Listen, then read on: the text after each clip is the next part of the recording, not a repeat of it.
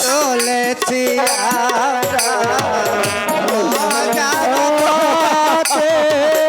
চলেছি আমরা অজানা পথে জানি না কি লেখা আছে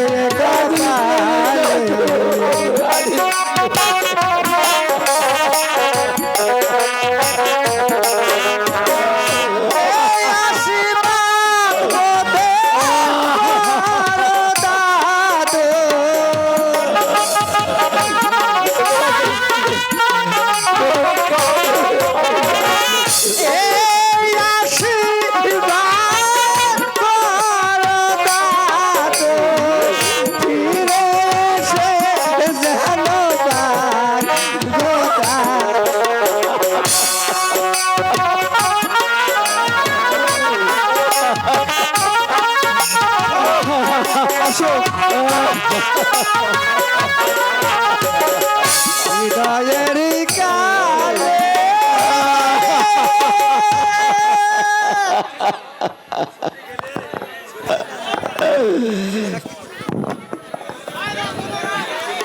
মহারাজ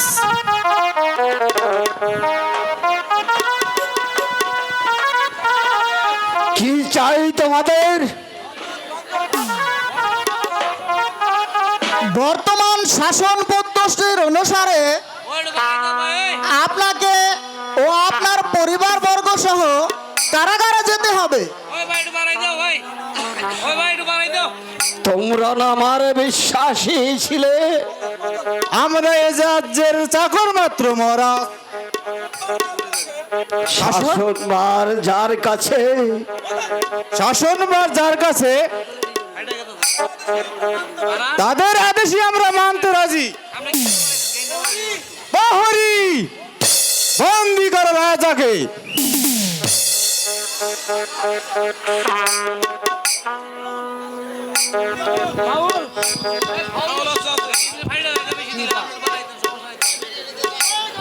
হ্যালো,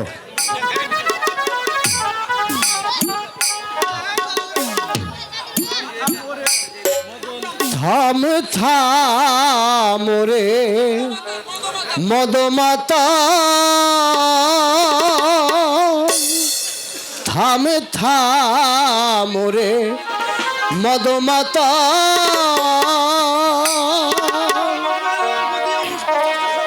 ওরে বামন হয়ে লম্ফ দিয়ে উঠতে শাসরে স্বর্গ দামে, ওরে বামন হয়ে লম্ফ দিয়ে উঠতে শাসরে স্বর্গ দামে, ওরে থাম থাম ওরে মদ মাঝি, থাম থাম ওরে মদ মাতা।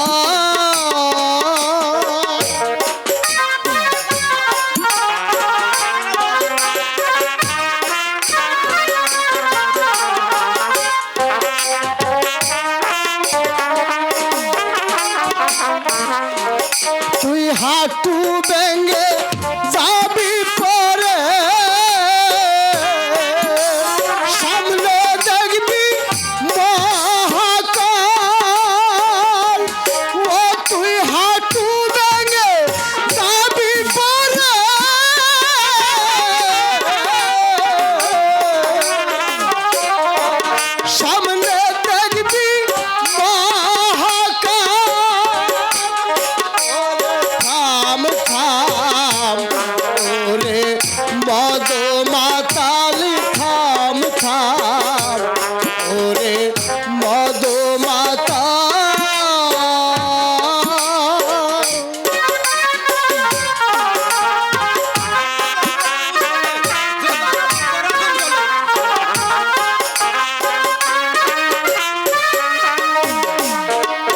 ওরে শনির দশায় দাফন করে তাও তাও করে আগুন জ্বলে শনির দশায় রাহুর করে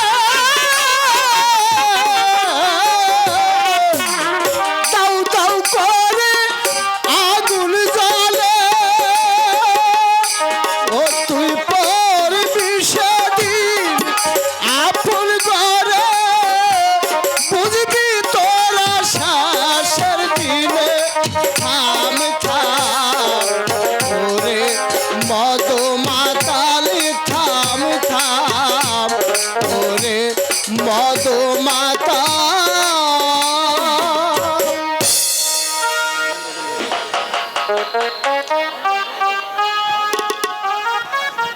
কারোর কথা শুনবো না কারো বাধা মানবো না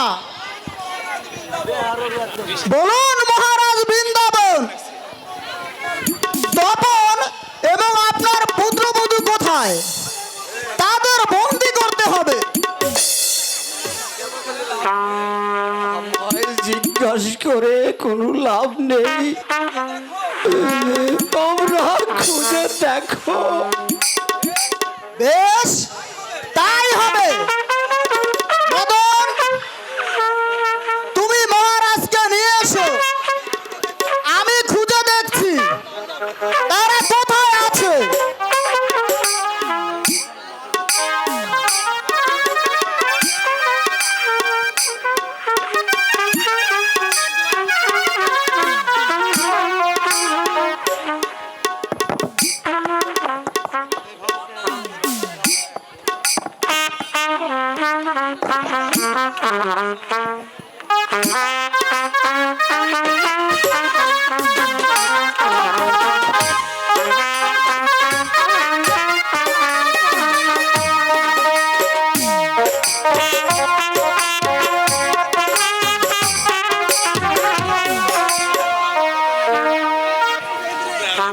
বঞ্চি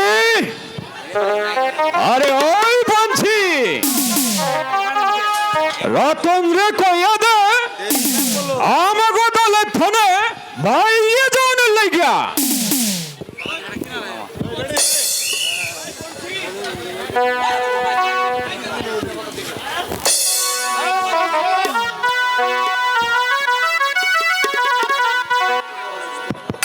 বাজান আমারে ডাকছো বাজান বঞ্চি তোমারই ডাকছি কইতাছে কি বাজান রতন যে দুঃখিত মানুষ আমাগো হাতের ধন ছাইরা দিলে হ্যাঁ কি কাম কইরা খাইবো বাজান আরে হেজার জান বাঁচানোর কাম বাঁচাইছি এখনো জায়গা ওরে বিদায় করে দাও বাজান কইতাছে কি রতন আমাগো জাতি হইয়া আমাদের কাছে থাকবার চায়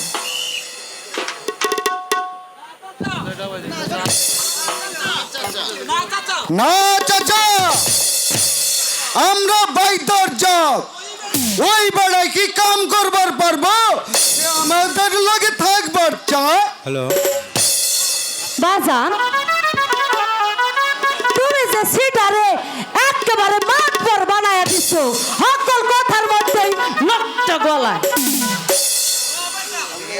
বেটা তুই দেখতেছি সকল কথার মধ্যেই নাক গলাইতেছস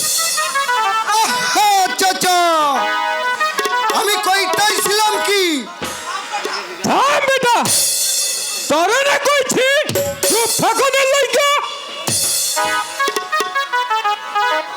বাজান কইতাছে কি ওই রতনের লাগে আমি গ্রামে যাইয়া দেখি যদি হাফের খেলা দেখায়া কিছু টাকা আনাম যায়। যাও বেটি, যাইয়া দেখো ওই লক্ষিন্দরের গীত গাইয়া দুইটা পয়সা আনবার পারো কিনা।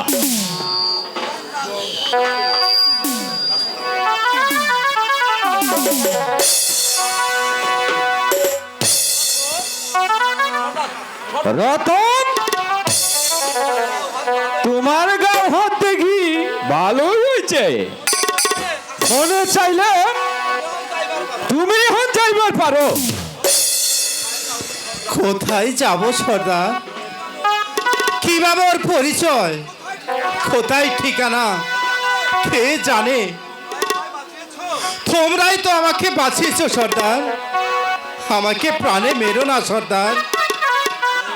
আরে না না, মরণের কথা কই নাই। আমরা বাইটার জাত। ও, জাতির ব্যবধান এই পৃথিবীতে সকলই তো তারই সৃষ্টি বাবা। বাবা না, রতন না, তুই আমার বাবা ডাহিস না। তোর মতোই মুখটা জোড়া আমার একটা মানিক ছিল বাবা। নাই রে নাই, চলে গেছে ও আমার ছাইরা বাবা, চলে গেছে। রতন,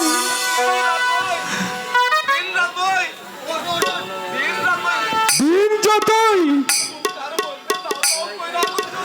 এই বুকটার মধ্যে দাউ দাউ করে আগুন জ্বলতাছে। বাবা নাইকা তুই কি কাম নাই না করলি? আয় আয় বাবা, আয় আমার বুকে আয়। ইয়া আল্লাহ, পীর মুর্শিদ, না রে না,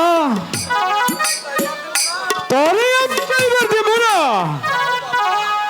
যাও বাবা, পঞ্চিল লাগে ওই গ্রামে যাইয়া সাপ খেলা দেখাইয়া দেখো দুটো পয়সা আনবার পারো কিনা। চলো রতন, আমরা দুজন গাওয়ালে যাইয়া হাফের খেলা দেখাই। তাই চলো পঞ্চি।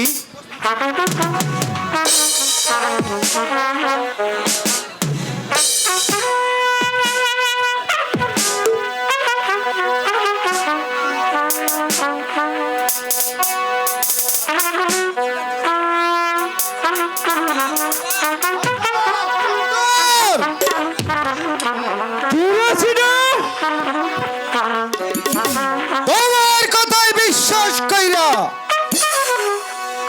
পঞ্চিল লাগে হাড়ি চুরি গয়না গাটি আলতা পাউডার হগলি তো কিনা আল্লাহ।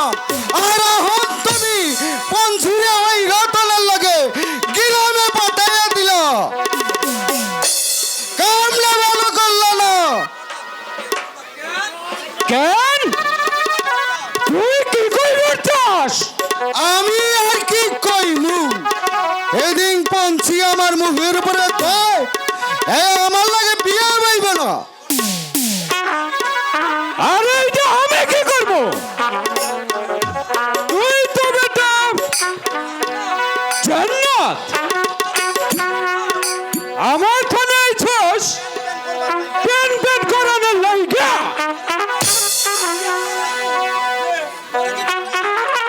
তোরে কি বেটা আমি বিয়ে করব? এই সব কথা তুই কইতাছস? হ্যাঁ বুঝছি, পঞ্চিরা তুমি ওই রতনের লাগে বিয়া দিবা, এটা কইলেই পারো।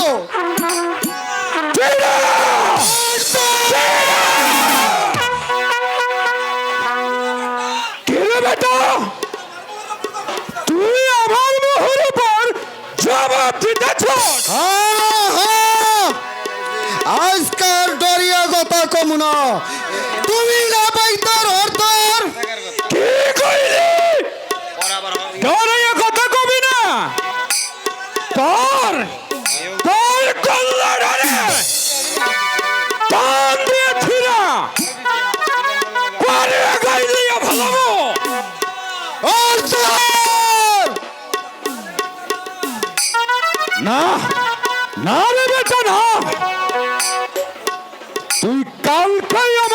থানে বিদায় হবি। তারা যেন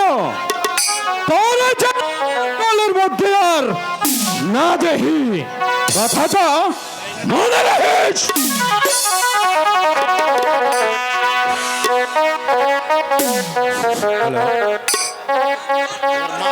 আমি আর থাকবার চাই না। রতন, তুই দুনিয়ার কোন কোনার মধ্যে থাকবার পারো, আর তাহলে ছেড়ে দিলে আমি ছাড়ব